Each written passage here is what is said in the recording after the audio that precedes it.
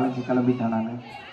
தம்பி அண்ணே என்ன பண்ண காலேஜ் போலையா? இல்லைண்ணே எனக்கு நைட் ரெக்கார்ட் நோட் எழுதுனேன், இங்கே வச்சுட்டேன், தேடிட்டு இருக்கேன். என்னப்பா படிக்கிற கஷ்டப்பட்டு எழுதுற இந்த புக்கை கூட உன்னால பத்திரமா வச்சுக்க முடியாதா?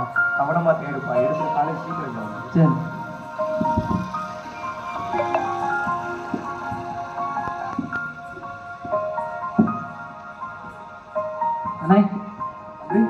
அண்ணே கிடைச்சிச்சுண்ணே, போயிட்டு சார். சரி தம்பி பத்திரமா போயிட்டாருண்ணே. ஒரு நிமிஷம் நெல்லுப்பா, சொல்லுங்க. இந்த செலவுக்கு பணத்தை வச்சுக்கோ. இல்லை இருக்குண்ணே, நைட்டு கொடுத்தல. இருக்கட்டும்மா, நீ காலேஜ் படிக்கிற ஏதாவது ஒரு நோட்ஸ் ஏதாவது என்ன செய்வாங்க கொடுப்பாங்க. அப்போ அந்த நோட்ஸ் நீ பிரிண்ட் அவுட் எடுக்கிறதுக்கு எல்லாத்துக்கும் உங்கள் கையில் என்ன செய்யும் பணம் தேவைப்படாது. நீ யாரும் போய் யார்ட்டையும் கேட்டுட்டு நிற்கக்கூடாது. சரியாப்பா? படிப்பு ரொம்ப முக்கியம்ல. சரியா? சரி பார்த்து போயிட்டு வா தம்பி. ஒரு நிமிஷம் நில்லு. உனக்கு தெரியும் நம்ம அம்மா அப்பா எப்படி மறிச்சாங்கன்னு உனக்கு தெரியும். நம்ம அம்மா அப்பா கொடிய வியாதினால என்ன செஞ்சிருந்தாங்க, பாதிக்கப்பட்டிருந்தாங்க. ஆனால் நம்ம கிராமத்தில் ஒரு ஹாஸ்பிட்டல் கூட கிடையாது, மருத்துவர்கள் கூட இல்லை நம்ம அம்மா அப்பாவை காப்பாற்றுறதுக்கு.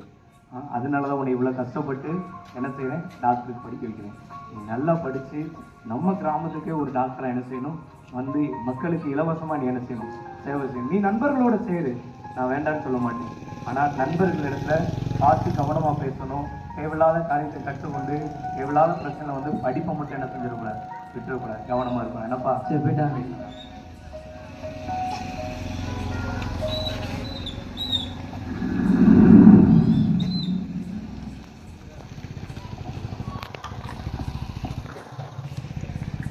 ஹைடா நண்பா.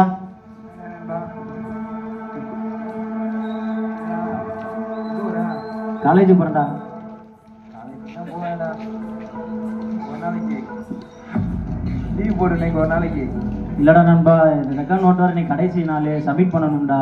நான் போயிட்டு வரேன். நானும் தான் எழுதுறேன்.